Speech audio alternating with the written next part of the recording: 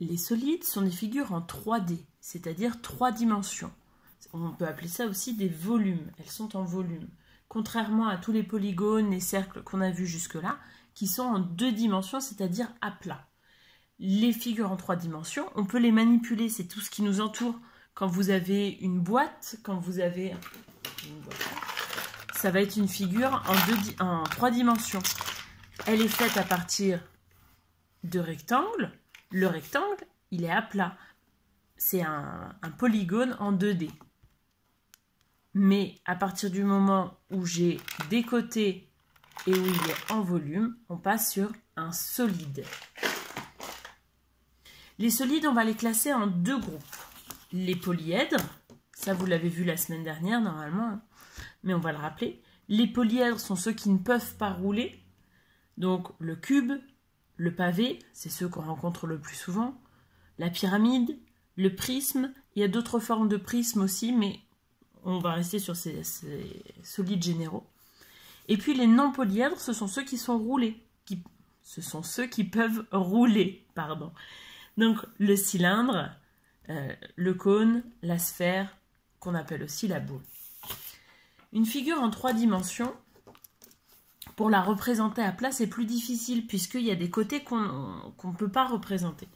Donc en fait, si je veux représenter un cube, je vais représenter sa première face, puis après je vais essayer de représenter les côtés. Là, vous voyez bien qu'il y a des côtés qu'on ne représente pas. Moi, je vais les représenter en pointillés dans une couleur plus claire. Le but de ces représentations, c'est d'essayer d'aider notre cerveau à comprendre ce qu'il voit. C'est pas aussi facile pour tous les gens, et ça, c'est vraiment pas juste, mais notre cerveau n'est pas fait pareil à tout le monde. Donc, il y a des personnes pour qui les volumes, ça va être très compliqué de se rendre compte. Sur un cube ou sur tout solide, vous allez avoir des arêtes, donc sur tous les solides polyèdres, des sommets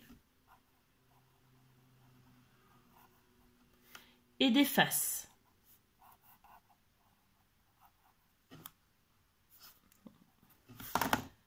Si je reprends ma boîte, vous avez les arêtes qui sont là, les sommets, ce sont les pointes, et les faces, les parties entières, les grands côtés, là où on reconnaît en fait les polygones. C'est la forme de chaque face qui va déterminer quel solide j'ai. Donc les solides, on les a donnés avant dans les exemples de polyèdres et de non-polyèdres. Pour construire un solide, on peut essayer, donc déjà il va falloir être capable de le décrire, de dire combien de faces il a et quelle forme ont ces faces, et ensuite on va pouvoir construire un patron. Un patron, c'est une représentation à plat que l'on découpe et que l'on plie pour refaire le solide. Certains solides peuvent avoir plusieurs patrons.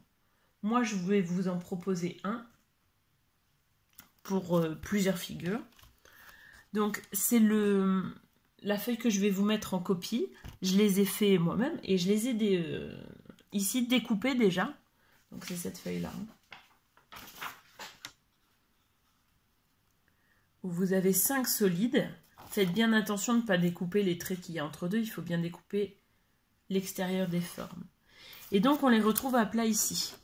Alors cette forme-là, ça va être le cube. Donc moi j'ai collé une face pour que ce soit plus facile. Il faut bien faire attention quand on compte les faces d'un cube, c'est que les faces ou les sommets ou les arêtes, c'est qu'il y en a qui sont cachés. Donc il faut faire attention de ne pas les oublier. On va avoir aussi un exemple de pavé. Alors il y a différentes formes de pavé aussi, selon que ces faces sont tous des rectangles ou que certaines sont des carrés. Vous allez avoir ici le prisme.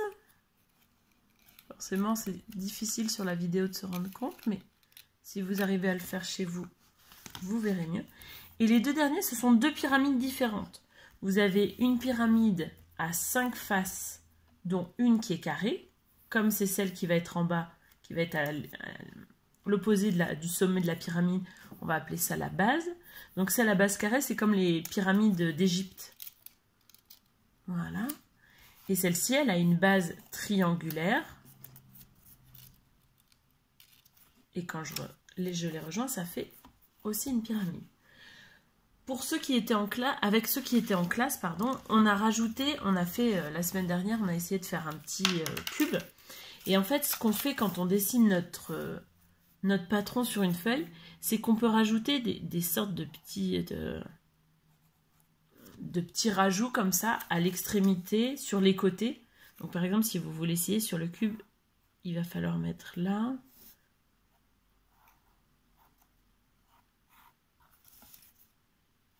Et en fait, ces petites languettes, elles vont nous permettre de mettre de la colle. Parce que là, vous voyez, je ne peux pas les fixer, à moins de faire avec du scotch. Si vous voulez essayer d'en faire un, il faudra rajouter les languettes et pouvoir ainsi les coller. Mais il faut être très soigneux, hein, c'est pas forcément évident.